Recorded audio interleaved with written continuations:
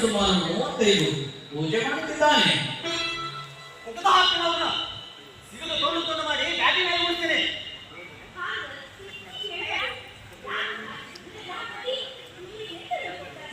ಅಪ್ಪಣ ಈ ಸೊಕ್ಕಿನ ಮಕ್ಕಳನ್ನ ತಲೆ ಮೇಲೆ ಏರಿಸಿದ್ದಾನ. ಇಲ್ದಿದ್ರೆ ಈ ಸೊಕ್ಕ ಹಳಚೂರಿ ರಾಜವಂಶದ ರಾಜಪುತ್ರ ಆಗಲಿ ಸೊಪ್ಪೆ ಬರ್ತೀನಿ ಆಯ್ತು.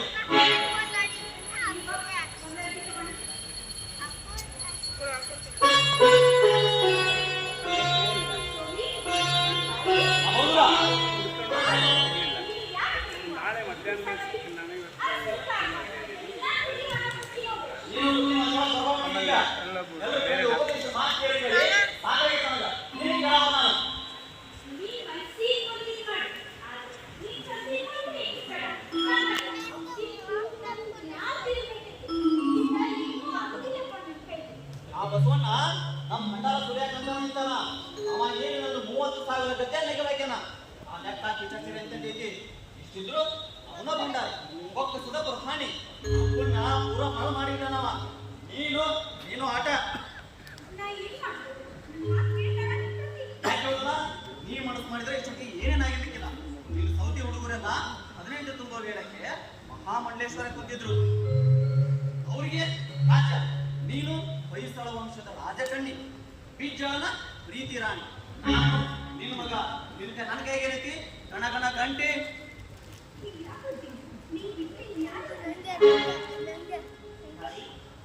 10-15 ಸಹಸ್ರ ಶರಣರು ಬಂದು ಭಂಡಾರಕ್ಕ ಮುಗಿಯಾರ. ಆದ್ರೆ ಅವರ ನಡವಳಿಕೆ ಒಗ್ಗಟ್ಟು ನೋಡ್ಬೇಕು. 4 ದಿವಸ ಬಸವಣ್ಣ ಬಂದು ನಾ ಬಂದೀನಿ ನೀವು ಬಡ್ರಿ ಮನೆಗೆ ಅಂದಾಗ ಮನೆಗೆ ಹೋಗ್ಯಾರ. ಬಸವ ಭಕ್ತಿ ಇದ್ದಷ್ಟು ಸ್ವಾಮಿ ಭಕ್ತಿ ಹದನೋ ಇಲ್ಲ ಅನ್ನೋದು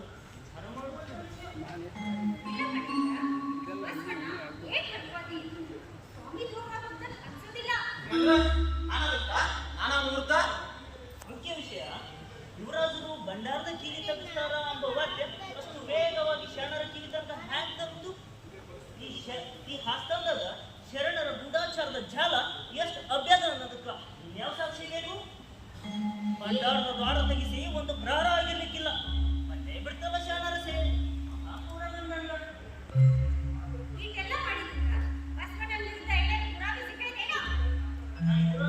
ಆರಂಭಕ್ಕೆ ಹೇಳಿದ್ದೆ ತಾಯಿ, ಈ ಉಪಾಧ್ಯಾಯ ಬ್ಯಾಡ. ಆ ಬಸವಣ್ಣ ತುಸು ಹಾಳದಾಗ ಮನುಷ್ಯನಲ್ಲ ಅಂತವನನ್ನ ಚಿತ್ರವರಗಳಲ್ಲಿ ಸಿಲುಕಾಕಿಸಿ ಏನು ಪುರುಷಾರ್ಥ ಸಾಧಿಸಿದಂಗಾಗ ನೋಡಿ ಇಡೀ ಮದ್ದಾನೇನ ಹಿಡ್ದ ಬಂದಾರು.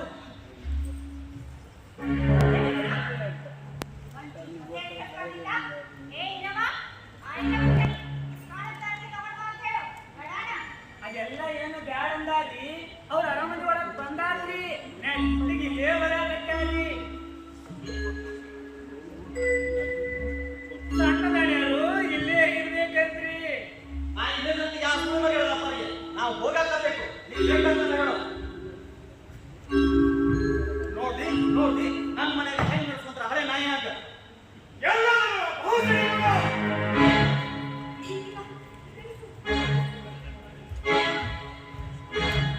ಎಲ್ಲಿ ಬಂದು ಅಡಿಕೊಂತಾನೆ.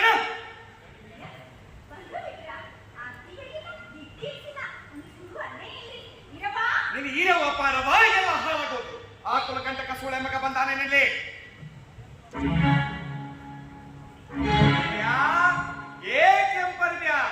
ಹೆಂಗಸರು ಬಿಡಕ ಅಂಟ್ಕೊಂಡ್ ಕೊಡಕ ನಾಚಿಕೆ ಅನ್ಸಿದಿಲ್ಲ.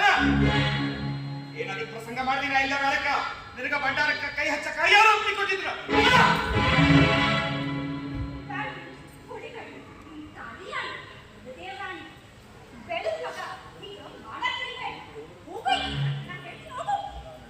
ಅಯ್ಯೋ ಈ ಮನಿದ ಹಂಗ ಕೊಟ್ಟಾನ. ಹಂಗ ಕಳಿಸಿ ಸತ್ರಂಬ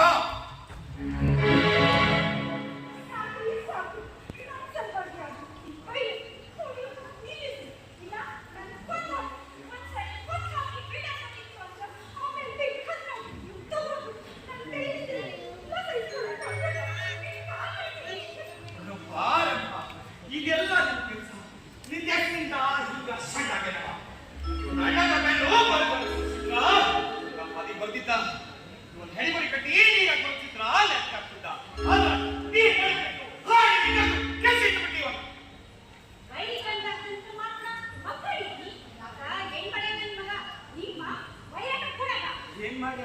ಕೇಳಲಿಲ್ಲ ಅಲ್ಲಿ ಅವನ ಪರಾಕ್ರಮನ. ಬಸವಣ್ಣ ಊರಾಗಿದ್ದ ಬ್ಯಾಳಕ್ಕ ವಿಚಾರಣೆ ಶುರು ಮಾಡಬಾರ್ದಿತ್ತು, ಮಾಡಿಸಿದ. ಅದ್ರ ಮ್ಯಾಗ ಹೆದರಿ ಓಡಿ ಹೊಟ್ಟೆ 15,000 ಮಂದಿ ಕಣ್ಣೆದುರಿಗೆ ಬಸವಣ್ಣ ಇವನ ಕೈ ಹಿಡಿದು ಒಳ ಕರ್ಕೊಂಡು ಹೋಗಿ ಇಲ್ಲಿ ಹತ್ಸೆನ ನಾ ವಿಜಯಾತ್ರೆ ಮುಗಿಸಿ ದಣಿದು ಹಣ್ಣಾಗಿ ಮೂರುಗೆ ಒಬ್ಬರೇ ಅಗ್ಸಿ ಭಾಗದಲ್ಲಿ ಯಾವ ದಿಕ್ಕಿ ಬಿಗ್ ಬೀಳ್ಬೇಕು. ಒಂದು ದಿವಸ ಆತ್ರಿ ಬಸವಣ್ಣ ಯುವರಾಜರ್ನ ಕಾರಾಗಾರ ಕುಡ್ಸ್ಕೊಂಡಿದ್ದ ಅಂತ. ಇಂದ ಮುಂಜಾನೆ ಲೆಕ್ಕ ಬರದಾದ್ಮ್ಯಾಗ ಹೋಗಕ್ ಬಿಟ್ಟಾನಂತ. ಮತ್ತಿಟ್ಟೆಲ್ಲ ಮಾನ ಕಳ್ಕೊಂಡಿದ್ದಕ್ಕೆ ಏನಾದ್ರು ಸಿಕ್ತಂದಿ? ಒಂದು ಬಾಳಕು ಕವಡಿ ಹೆಚ್ಚು ಕಮ್ಮಿ ಆಗಿತ್ತು, ಒಂದು ತುಗ್ಗಾಣಿ ಏರುಪೇರ.